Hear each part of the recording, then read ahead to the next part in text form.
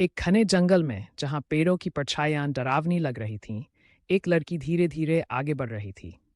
उसके हाथ में एक टॉर्च थी जिसकी रोशनी कभी कभी टिमटिमा रही थी। अचानक उसे दूर से कुछ आवाजें सुनाई दी, जैसे कोई उसके पीछे आ रहा हो। जंगल के बीचों बीच एक पुरानी सुनसान झोपड़ी थी।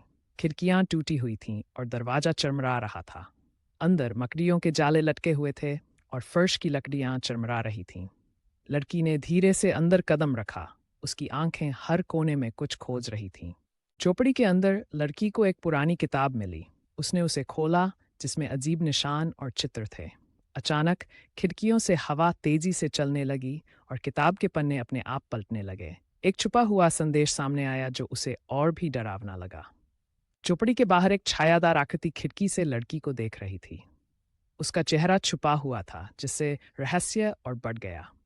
लड़की को महसूस हुआ कि कोई उसे देख रहा है। उसने तुरंत पीछे मुड़कर देखा, लेकिन वह आकृति अंधेरे में गायब हो गई, केवल एक सन्नाटा छोड़कर। दृश्य एक फ्लैशबैक में बदल जाता है, जिसमें लड़की का अतीत दिखाया जाता है।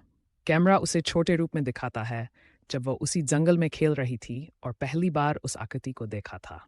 ये याद धुंधली और सपने जैसी थी, जिसमें रंग हल्के और धुंधले थे। वर्तमान में वापस लड़की ने अपने डर का सामना करने का निर्णय लिया। कैमरा उसे दिखाता है जब वह बहादुरी से झोपड़ी से बाहर निकलती है, सच का पता लगाने के लिए। जंगल अब अजीब तरह से शांत था और जैसे जैसे वह आगे बढ़ी, उसका टॉर्च रास्ते को रोशन कर रहा था।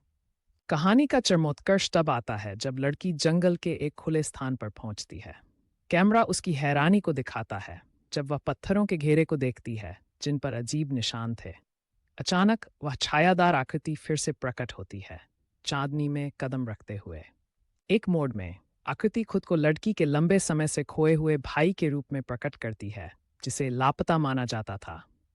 कैमरा उनके भावनात्मक पुनर्मिलन को दिखाता है। जब वे गले मिलते हैं, उनकी आंखों में आंसू होते हैं। जंगल, जो कभी डरावना था, अब एक उपचार और मेल मिलाप की जगह लगता है।